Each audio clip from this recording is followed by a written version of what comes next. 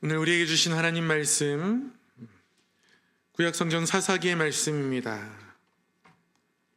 사사기 6장 1절로부터 32절까지의 말씀,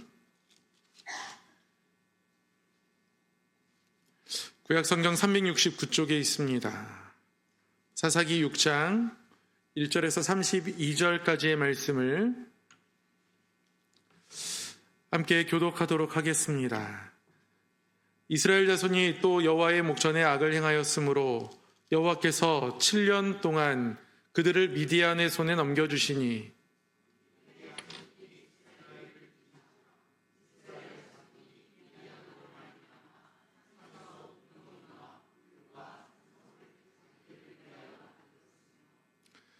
이스라엘이 파종한 때면 미디안과 아말렉과 동방 사람들이 치러 올라와서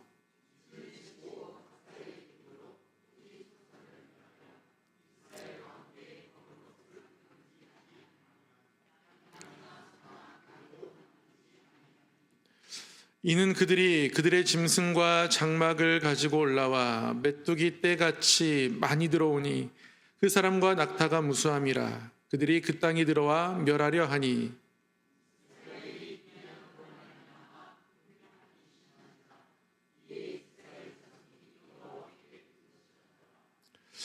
이스라엘 자손이 미디안으로 말미암아 여호와께 부르짖었으므로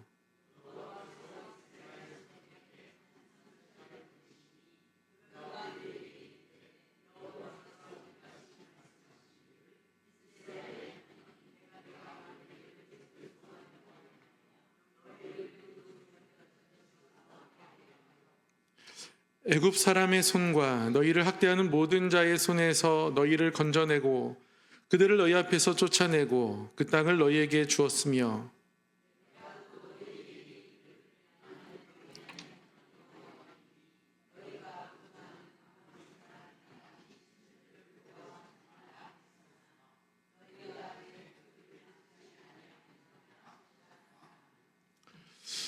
여호와의 사자가 아비에셀 사람 요아스에게 속한 오브라에 이르러 상수리 나무 아래 앉으니라. 마침 요아스의 아들 기드온이 미디안 사람에게 알리지 아니하려 하여 밀을 포도주 틀에서 타작하더니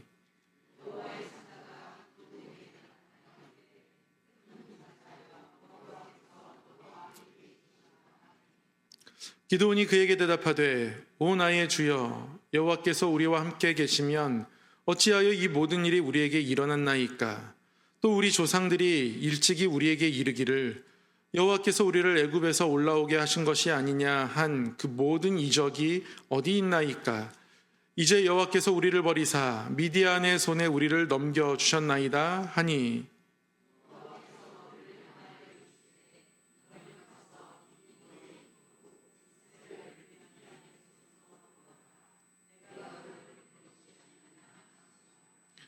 그러나 기드온이 그에게 대답하되 오 주여 내가 무엇으로 이스라엘을 구원하리이까. 보소서 나의 집은 므낫세 중에 극히 약하고 나는 내 아버지 집에서 가장 작은 자니이다 하니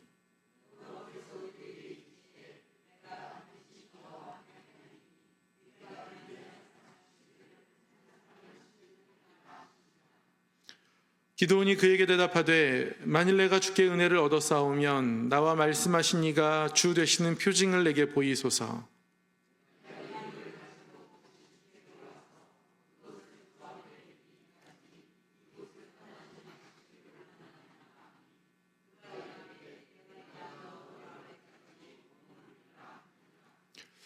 기드온이 가서 염소 새끼 하나를 준비하고 가루 한 에바로 무교병을 만들고 고기를 소쿠리에 담고 국을 양푼에 담아 상수리 나무 아래 그에게로 가져다가 드리매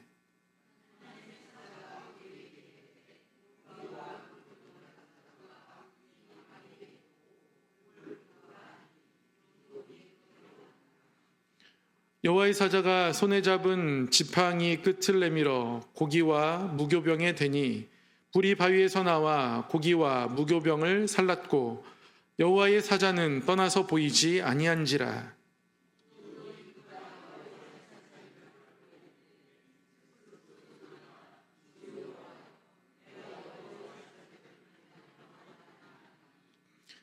여호와께서 그에게 이르시되 너는 안심하라 두려워하지 말라 죽지 아니하리라 하시니라.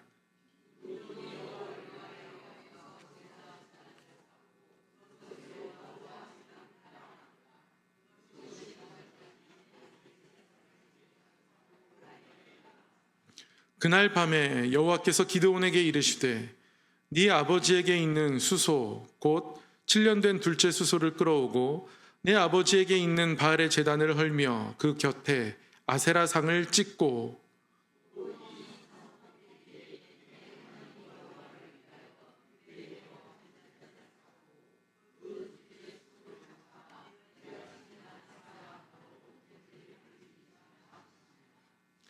이에 기드온이 종 10사람을 데리고 여호와께서 그에게 말씀하신 대로 행하되 그의 아버지의 가문과 그 성읍 사람들을 두려워함으로 이 일을 감히 낮에 행하지 못하고 밤에 행하니라.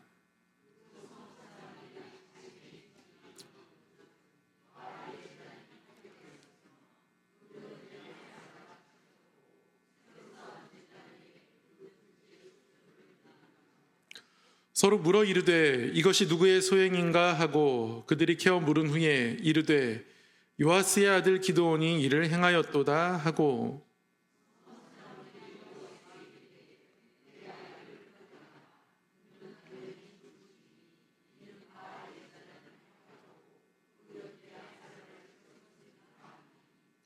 요아스가 자기를 둘러선 모든 자에게 이르되 너희가 바알을 위하여 다투느냐 너희가 바알을 구원하겠느냐 그를 위하여 다투는 자는 아침까지 죽임을 당하리라. 바알이 과연 신일진데 그의 제단을 파괴하였은즉 그가 자신을 위해 다툴 것이니라 하니라. 그날에 기드온을 여룻바알이라 불렀으니 이는 그가 바알의 제단을 파괴하였으므로 바알이 그와 더불어 다툴 것이라 함이었더라. 아멘. 하나님의 말씀 사사기 6장을 함께 봉독했습니다.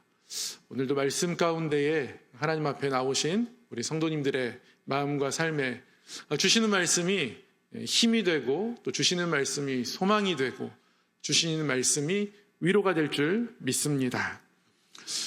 오늘도 하나님 앞에 말씀을 배우고 말씀을 따르며 말씀에 비추어서 더욱 우리 주님을 닮아가는 은혜가 우리 모두에게 있기를 간절히 소망합니다. 오늘은 기드온에 대해서 몇 주에 걸쳐서 함께 공부해 보도록 하겠습니다. 사사 기드온. 여러분 기드온 하면 어떤 일들이 좀 생각나십니까? 우리 주일학교 친구들은 기드온 하면 무조건 숫자 먼저 나옵니다. 300명. 그 주일학교 선생님들 통해서 얘기를 들어보니까요. 아이들은 액션을 좋아한대요. 성경에 전투 얘기가 나오면 그렇게 집중을 잘한대요. 생각해 보니까 저도 어릴 때 멜로 영화 이런 거는 무조건 안 봤던 것 같아요. 액션이 나와야 좀 보지.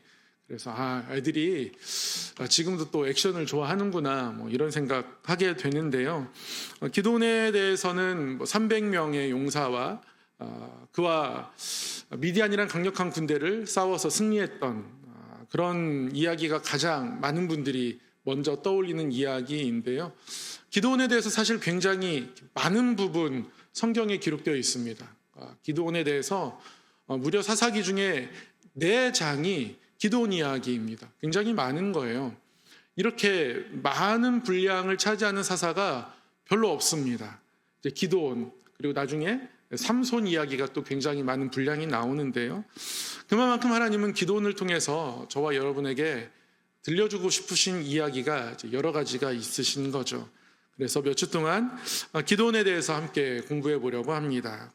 본격적으로 내용을 살피기 앞서서 복습 한번 해보도록 하겠습니다. 첫 번째 사사가 누구였나요? 온니엘, 베냐민 지파, 유다 지파였고요.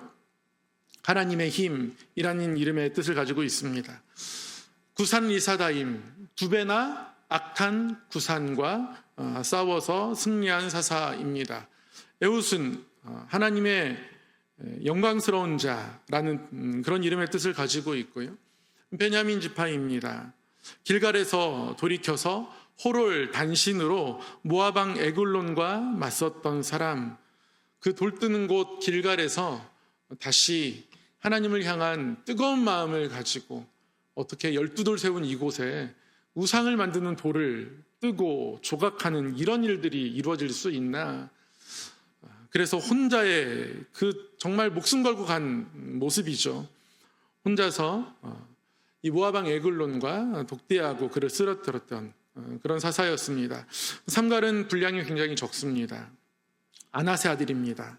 아나트, 이방 신의 이름을 딴 집안에서 태어났습니다. 그러나 그는 블레셋과 싸웠습니다. 블레셋에 대해 저항하는 어떤 신호탄을 쏘아올린 사람이라고 할 수 있겠습니다. 소모는 막대기로 600명을 물리치죠. 네 번째, 드보라입니다. 선지자이면서 사사였고요. 라피도의 아내입니다. 가나안 하소랑 야빈, 철번거 600을 가지고 있는 강력한 군대, 바락도 그와 맞서기를 굉장히 두려워했지만 그러나 드보라는 함께 전쟁에 나아가죠. 그리고 많은 지파들 연합하도록 독려합니다. 그리고 헌신으로 연합한 지파들, 또 그런 지파들을 향한 축복이 드보라의 노래 가운데 나타나는 것들을 함께 살펴보았습니다. 오늘은 기드온입니다. 기드온 당시의 삶의 상황들이 6장 1절 이하에 기록되어 있습니다. 미디안의 압제를 받고 있었습니다. 미디안과 더불어서 또 아말렉 사람들, 그리고 동쪽에 있는 동방 사람들, 그러니까 동쪽에서부터 많은 유목민들이 함께 합세해서 이스라엘 땅을 침략했습니다. 그런데 압제의 모습이 보면 굉장히 자세하게 나타납니다. 그들이 무수하게 쳐들어왔습니다. 그래서 이스라엘 백성들은 단순히 그들에게 조공을 바치거나 또는 노동을 제공하거나 그 정도의 어려움을 겪은 게 아니에요. 이스라엘 백성들이 다 산으로 도망칩니다. 그러니까 평상시처럼 목축이나 농사를 할 수 없습니다. 감당이 안 됩니다. 그래서 이들은 2절에 따르면 산에서 웅덩이, 굴, 산성 이런 것들을 만들어 살았다. 그러니까 산에 쫓겨나서 살았다는 거예요. 이런 압제 가운데 이스라엘 백성들이 하나님께 고통스러워 부르짖습니다. 오늘 기도원 이야기에 보면 한 가지 특이한 장면이 나오는데요. 이스라엘 백성들이 부르짖었을 때에 하나님은 그 부르짖음을 들으시고 사사를 세우십니다. 사사를 세워서 이스라엘 백성들을 구원하시는 일들을 보통 행하신다는 말이죠. 이게 사사기에 나타나는 일반적인 모습들입니다. 그런데 이 기도원 이야기에서 보면 한 어느 예언자가 등장합니다. 이름 모를 예언자입니다. 이 예언자가 등장해서 이스라엘 백성들에게 예언의 말씀을 전합니다. 너희를 내가 애굽에서 인도했고 그 종되었던 집에서 나오게 해서 애굽 사람의 모든 손에서 너희를 건져냈다. 그리고 그 땅을 너희에게 준 것이다. 그리고 너희에게 이 땅을 줄 때 내가 분명히 내가 너희의 하나님 여호와이니까 너희가 거주하는 아모리 사람의 땅의 신들을 두려워하지 말라 하였으나 너희가 내 목소리를 듣지 아니하였느니라 하셨다 하니라. 하나님께서 이 선자들을 통해서 아모리 신들을 두려워하지 말라. 내가 얘기했던 것 아니냐. 그런데 지금 너희는 아모리 신들을 두려워하고 있다. 이렇게 이야기합니다. 두려워했다는 건 어떤 걸 두려워했냐면 너무너무 경외한 나머지 이 존재가 없으면 내가 어떻게 살지? 그런 생각을 하면서 살았다는 거예요. 이 두려워하다라는 말, 야레라는 말은 경외하다라는 뜻도 있습니다. 아모리 신들을 너무 크게 바라본 거예요. 우리가 농경사회에서 살아가면서 바알과 아세라를 부정하며 살아갈 수 있나? 그건 불가능한 거지라는 생각들을 사람들이 하게 된 겁니다. 오늘 본문 끝부분에 보면 28절 이하에 기드온이 자기 집안에 있는 바알의 제단을 허물고 사람들에게 죽임당할 뻔한 그런 이야기가 나오죠. 그러니까 바알의 제단을 허는 것은 모든 사람들의 분노를 불어일으키는 것이었고요. 그 분노의 대가는 죽임이었습니다. 그만큼이나 바알은 절대적인 존재가 어느덧 그들에게 되어 있었던 겁니다. 그러나 오늘 보면 이 이스라엘 백성들이 겪는 이 어려움, 이게 미디안에서 왔다는 말이죠. 미디안은 굉장히 남쪽 지역입니다. 지도상에 보면. 그러니까 애국과 가나안 땅 경계쯤. 아말렉도 마찬가지예요. 미디안 옆에 있는 아말렉, 또 아말렉 옆에 있는, 그러니까 요단강에서 쭉 흘러내려가지고 사해가 있고, 사해 다 남쪽 지역에, 남방에 있는 모든 족속들입니다. 그러니까 이 사람들이 가나안 본토보다는 조금 아래쪽에 있는 사람들이 이스라엘 백성들을 이제 괴롭히는 거죠. 그러니까 이스라엘 백성들이 가나안 땅에서 가나안 신들을 섬기며 살아가지만 그들에 의해서 받는 고통이 아니니까 자신들이 가나안 땅의 신들을 섬기는 것이 지금 잘못되었다라고 생각하지 못하는 거예요. 그러니까 원인을 전혀 잘못 짚고 있는 겁니다. 하나님께 부르짖으면서도 하나님, 저 남쪽에서 온 미디안 사람, 그리고 그 옆에서 온 아말렉 사람들, 그리고 더 오른쪽, 더 동쪽에서 온 그 유목민들, 하나님, 그들 때문에 살기가 너무 어렵습니다. 우리가 지금 산에 쫓겨나와서 살아야 합니다. 하나님, 왜 이렇게 하십니까?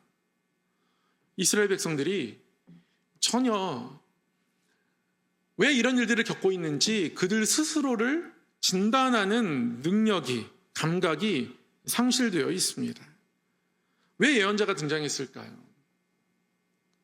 하나님께 부르짖지만 자신들의 모습을 알지 못해요. 원하는 바는 있어서 부르짖지만 자신들의 모습을 하나님 앞에서 정직하게 보지 못하기 때문에 그렇습니다. 그럼 무서운 거 아닙니까? 하나님을 부르짖어요. 하나님께 부르짖습니다. 하나님을 의지하는 것 같습니다. 그럼 믿음이 있어 보인단 말이에요. 그러나 내가 지금 하나님 앞에 얼만큼 잘못하고 있는지 스스로를 진단할 수 없는 겁니다. 그래서 그런 상태가 되어 있음을, 더군다나 앞으로 이 예언자가 등장하는 시점에서는 어떤 사람이 사사가 될지 아직 알지 못하지만 사사가 될 그조차도 그런 진단의 능력을 가지고 있지는 않습니다. 그러니까 점점 뭔가 이스라엘 백성들의 영적인 상태가 다운그레이드 되어가고 있는 모습들을 사사기에서 발견하게 됩니다. 사사기는 점점 그렇게 가요. 마지막 삼손, 사사기에 기록된 마지막 사사 삼손의 모습을 보면 결국 그는 실패한 사사가 됩니다. 물론 마지막에 다곤 신전에서 그 신전의 기둥을 무너뜨렸다 할지라도 그는 두 눈을 뽑힌 비참한 사사가 된단 말이죠. 그러니까 사사라고 해서 늘 깨어서 하나님의 일들을 능력 있게 감당하는 모습만을 보이지 않게 되더라는 것이죠. 그러니까 이런 흐름들을 보면서 이렇게 고백하게 됩니다.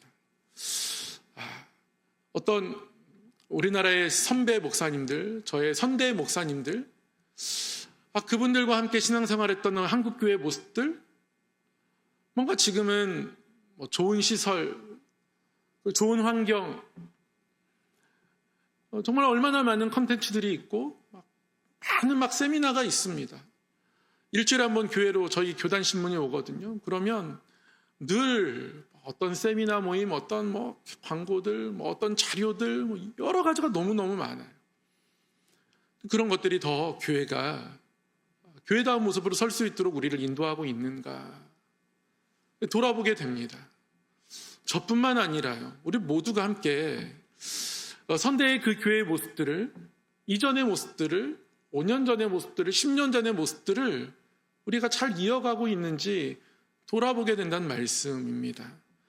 그들의 영적인 모습들이 하락세에 있기 때문에 하나님이 새사를 세우기 전에 예언자를 등장시키지 않을 수가 없었던 겁니다. 하나님 말씀하셔야 돼요.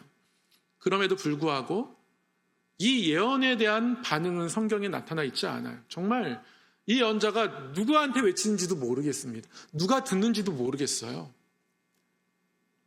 허공에 외쳐지는 어떤 메아리처럼 한 단락이 성경에 기록되어 있어요. 그게 가슴이 아프더라고요. 하나님의 말씀은 있습니다. 내가 너희를 인도해냈고 기적 가운데 너희를 이 땅에 심었고 그리고 이 땅에 심으면서 너희에게 이 가나안 땅의 신들을 섬기지 말라고 이야기했는데, 내가 너희를 끝까지 책임질 거라고 이야기했는데 왜 그렇게 하지 못하느냐.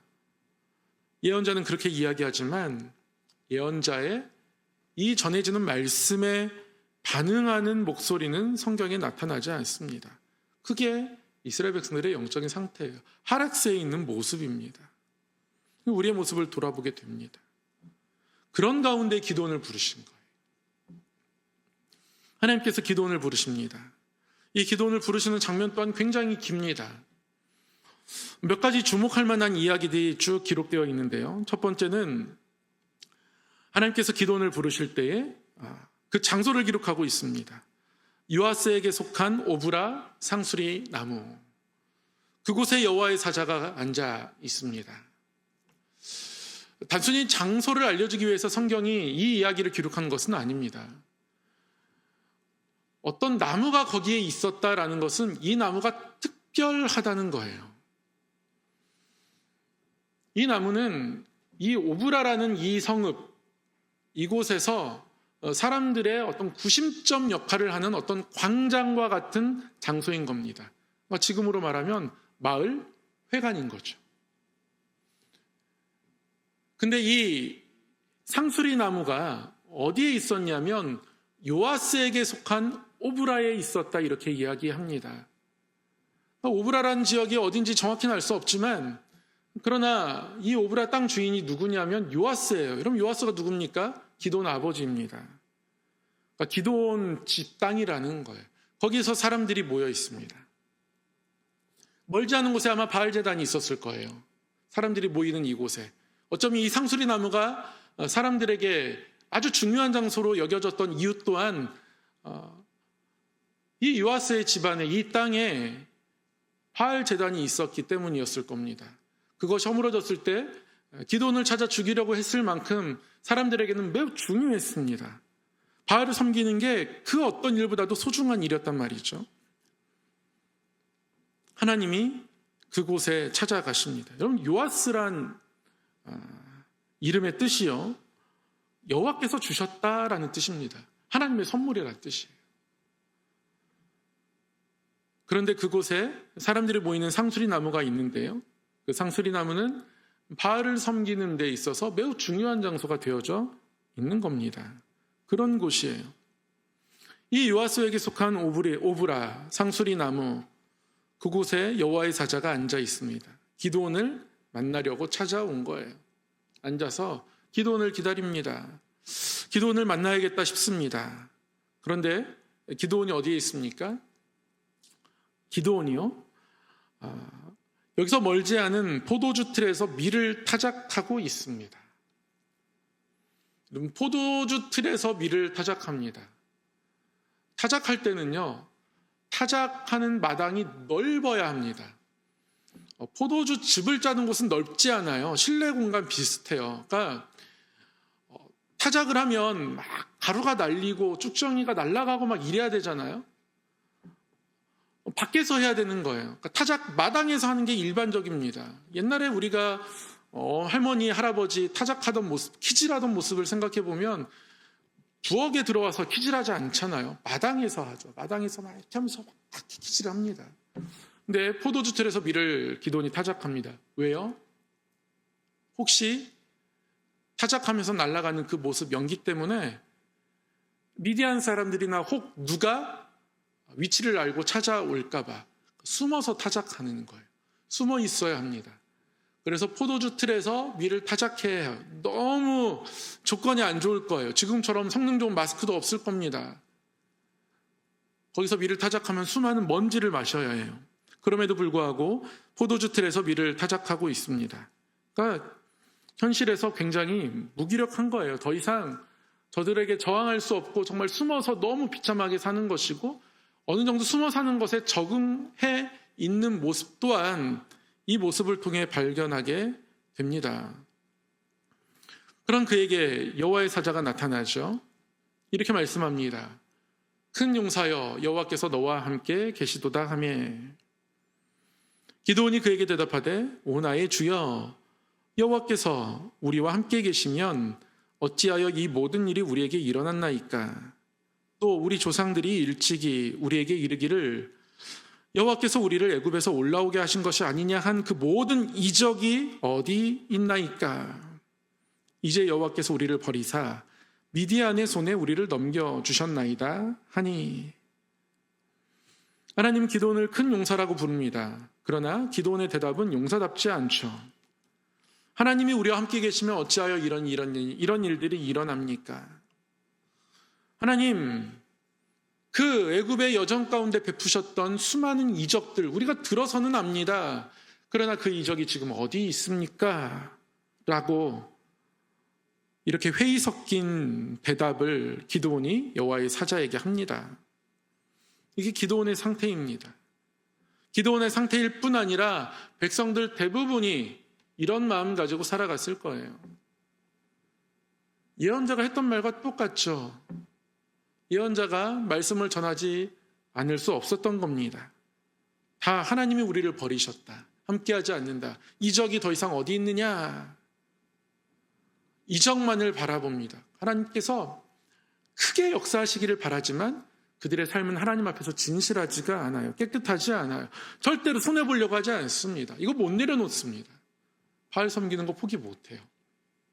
손해볼 것 같아요. 큰일 날 것 같아요.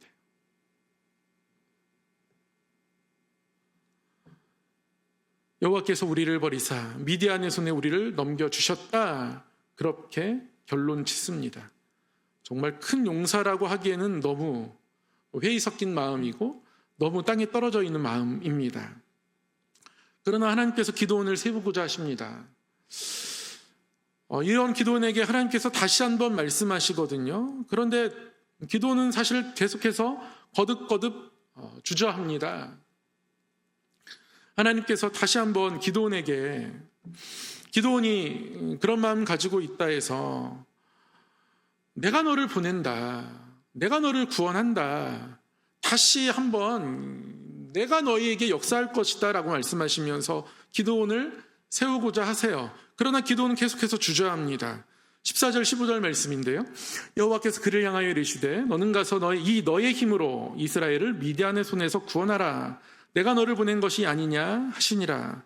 그러나 기드온이 그에게 대답하되 오 주여 내가 무엇으로 이스라엘을 구원하리이까? 보소서 나의 집은 므낫세 중에 극히 약하고 나는 내 아버지 집에서 가장 작은 자니이다 하니. 혹 어떤 분들은 이것이 기드온의 겸손이다 이렇게 말씀하시기도 하는데요. 절대 겸손이라고 보기 어렵습니다. 기드온은 약하지가 않습니다. 하나님께서 그를 향하여 뭐라고 말씀하세요? 너는 가서 이 너의 힘으로 이스라엘을 미디안의 손에서 구원하라. 이 너의 힘으로, 그러니까 나의 힘이 필요 없다라는 말씀하시는 게 아니에요. 기드온이 힘이 센 사람인 겁니다. 기드온은 힘이 셉니다. 자기 집에서 약하지도 않아요. 나중에 바알 제단을 허무는 일들을 할 때 기드온이 혼자 하지 않습니다. 자기의 손에 10명의 종들이 있습니다. 자기를 따르는 4종들이 있는 거예요. 그러니까 이 상수리 나무에 오브라라는 땅을 가지고 있고 거기에 바알 제단이 있기 때문에요. 사실은 이 요아스는 이 오브라 지역, 이 마을에서 정말 가장 유력한 사람이에요. 유력한 집안에 종들도 많습니다. 아버지 종들, 형제들 종들 빼고요. 4종들만 지금 10명입니다. 절대 약하지 않아요. 뭐라도 하자고 하면 할 수 있는 사람입니다. 그에겐 힘이 있습니다. 하나님께서 괜히 기드온을 큰 용사라고 부르신 것이 아니에요. 기드온에게는 그럴 만한 재능이 있습니다. 달란트가 있어요. 지금까지 미디안과 아말렉과 동방의 유목민들이 이스라엘 백성들을 괴롭혔다 할지라도 그들에게 맞설 수 있는 힘이, 능력이, 재능이 기드온에게는 있다는 말씀입니다. 기드온이 그것을 하나님 앞에서 사용하기로 결정해야 돼요. 하나님이 혼자 보내겠다고 말씀하지 않으십니다. 다음 절에 보면 하나님이 같이 가시겠다고 하세요. 내가 너와 함께 할 것이다. 네가 그들을 한 사람 치듯 할 수 있다. 하나님은 그렇게 기드온을 격려하십니다. 그러나 이 순간만큼은 기드온이 변명하고 있죠. 그렇게 약하지도 않은데요. 지나친 겸손은 여러분 교만이고 변명입니다. 그렇게 기드온이 하나님 앞에서 변명하고 있습니다. 자기가 하나님 앞에서 어떤 달란트를 가지고 태어났는지, 얼마만큼 감당할 수 있을지 고민하지 않고요. 또 깨닫지도 못합니다. 하나님께서 엄청나게 완벽한 수준을 요구하시는 게 아닙니다. 그러면 하나님 앞에 평생 못 써요.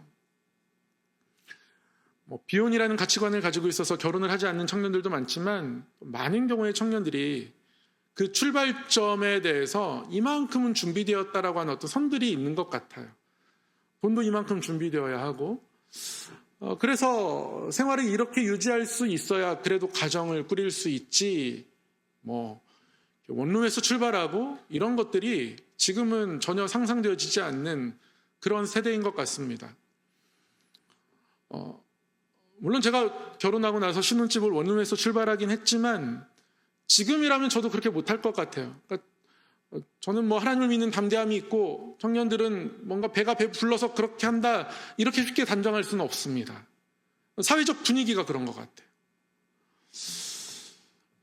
준비되어야 뭔가를 한다, 다 완벽할 때 한다라고 하면 계속 못하게 돼요. 그러니까 어른들이 멋모를 때 해야 된다라는 말이 무슨 말인지 조금은 알겠어요. 그 말이 맞는 것 같아요. 멋모를 때 해야 좀 하고 하면서 읽어가고 헤쳐가고 그러면서 늘려가는 기쁨도 누리고 이러는 것 같은데요. 지금은 뭔가 준비되어야 한다라는 마음들이 있는 것 같습니다. 얼만큼 준비되었냐가 중요한 게 아니라 하나님이 나에게 주신 달란트가 있고 그게 작더라도 하나님께 사용되길 원하는 마음이 중요한 겁니다. 이 시대의 결혼에 대한 준비, 그런 생각들이 우리에게도 있어요. 저는 하나님 앞에 헌신하는 것을 막는 여러 가지가 있겠지만 그 중에 하나가 과도한 책임감이라고 생각합니다. 잘해야 한다는 책임감 때문에요. 잘하지 못하면 비난받을 거라는 두려움 때문에요. 잘하지 못하면 내가 공동체에 미안할 거라는 마음 때문에요. 그래서 어떠한 일들을 감당하기를 주저하고 두려워합니다. 공동체에 그런 분위기가 형성되면 안 됩니다. 하나님 앞에 드릴 때 그러면 그때부터 큰 용사인 거예요. 하나님께서 나에게 주신 것이 뭐지? 이거 가지고 한번 내가 하나님과 함께 이 삶에서 이 공동체에서 무언가를 해내보겠노라 라고 하나님 앞에 나서는 마음, 헌신하는 마음 가지고 살아가는 거죠. 그런 마음을 갖는 것이 몹시 힘듭니다. 기도원도 굉장히 힘들어했던 것 같아요. 그래서 기도원은 표징을 구합니다. 이대로는 못 가는 거죠. 그래서 여호와의 사자에게 표징을 구합니다. 만약에 진짜 이게 하나님이 나를 부르시는 거면, 정말 당신이 하나님의 사자라면, 이게 정말 하나님의 뜻이라면 그러면 표징을 보여주십시오. 그래서 그 오브라 상수리 나무, 바알 제단 있는 그곳에 새끼 염소, 고기와 그리고 어떤 무교병을 준비해 올 것들을 요청하죠. 기드온이 빨리 가서 준비해 옵니다. 잠깐만 기다리라고 하고, 내가 빨리 가서 준비해 오겠다고, 절대 어디로 가면 안 된다고 하고, 그리고 기드온이 모든 것을 준비해 옵니다. 그랬더니 기드온에게 고기와 무교병을 바위 위에 올려놓으라고 합니다. 그리고 거기에 국을 부으라고 하죠. 이 고기와 무교병에 국을 부어놓으면 축축하게 젖을 겁니다. 그런데 그때 여호와의 사자가 손에 잡은 지팡이 끝을 내밀어서 고기와 무교병에 갖다 댑니다. 그랬더니 돌에서 불이 나와 고기와 무교병을 태웠습니다. 그리고 여호와의 사자는 보이지 않습니다. 그때 기드온의 마음에 감동이 일어나죠. 여기에다 새로운 제단을 쌓고 싶었습니다. 여호와의 살롬이라는 제단을 쌓습니다. 마음이 평안해지고 내가 큰 용사로 하나님께 쓰임받을 수 있겠다라는 생각이 듭니다. 기드온의 믿음은 굉장히 완벽하다라고는 볼 수 없는 믿음입니다. 표징이 없으면 그러면 내가 이것을 감당할 수 있을까 여전히 주저하는 마음이 있지만, 그럼에도 불구하고 이 일에 대해서 가능성을 모색하기 시작합니다. 내가 해야 되는 일인가 생각하기 시작한 거예요. 그러한 방향의 전환이 일어나면 그때부터 하나님이 인도해 가시기 시작합니다. 표징을 통해서라도 기드온을 세우고요. 하나님 앞에서 평강의 제단을 그곳에 쌓게 되더라는 것이죠. 그리고 그날 밤 기드온답지 않은 일들을 이제 감당하게 됩니다. 그날 밤 어떤 일이 일어납니까? 그날 밤에 이제 기드온이 잠을 자는데요. 생각해 보니까 내가 하나님의 사자를 만난 것 같아요. 근데 내가 너무너무 부족한 사람이고 겁도 많은 사람이고 소심한 사람인데, 그런데 계속 이 일을 못할 것 같은데 하나님이 나를 세우신다는 말이죠. 표징도 봤어요. 그리고 뭔가 마음의 평안함도 하나님 주셨습니다. 그렇게 하고 보니까 내가 하나님 앞에 여호와 샬롬이라는 제단을 쌓았는데 그 제단 멀지 않은 곳에 뭐가 있어요? 바알의 제단이 있는 거죠.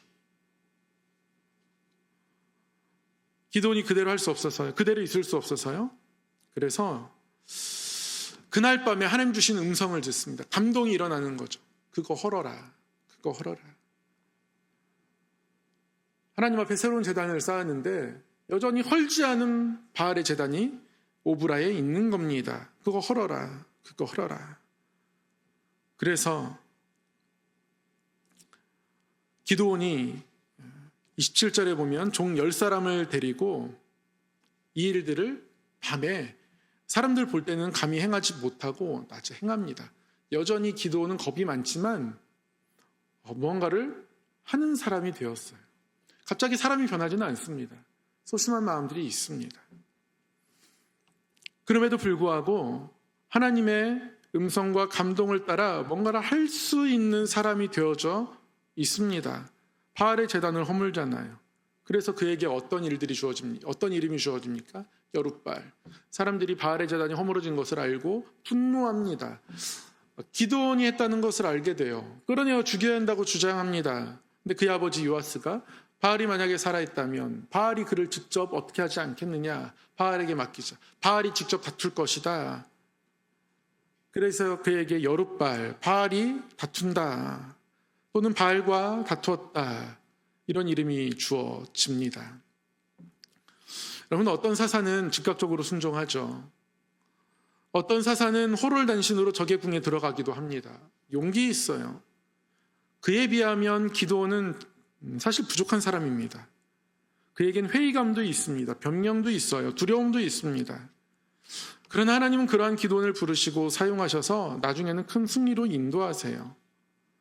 가나안의 신들을 두려워하고 경외하던, 미디안을 두려워하던 그는 모든 두려움을 넘어서는 평강의 제단을 쌓고요. 대신 바알의 제단은 무너뜨립니다. 그날 밤에 그는 그렇게 삶의 전환기를 맞이합니다. 그날 밤에. 그리고 우리에게 이런 그날 밤이 날마다 필요해요. 늘 현실에 영향받거든요. 현실에 영향받아서 담대하게 사사의 일을 감당하지 못하는 이 모습에 우리가 놓일 때가 많습니다. 어떨 때는 봉사하는 게 너무 즐겁고 기쁘죠. 그런데 또 실제적으로 어떠한 힘들고 어려운 상황을 만나면 고민하고 갈등하고, 내가 과도한 직분을 맡았나? 교회에서 과도한 역할을 맡았나? 이런 생각도 하기도 합니다. 그럴 때 우리에게 다시 한번 기드온에게 나타나신 하나님을 묵상함이 필요하죠. 그 과도한 책임감이 우리를 짓누를 때, 그때 하나님께서 큰 용사여 너와 함께 계신다.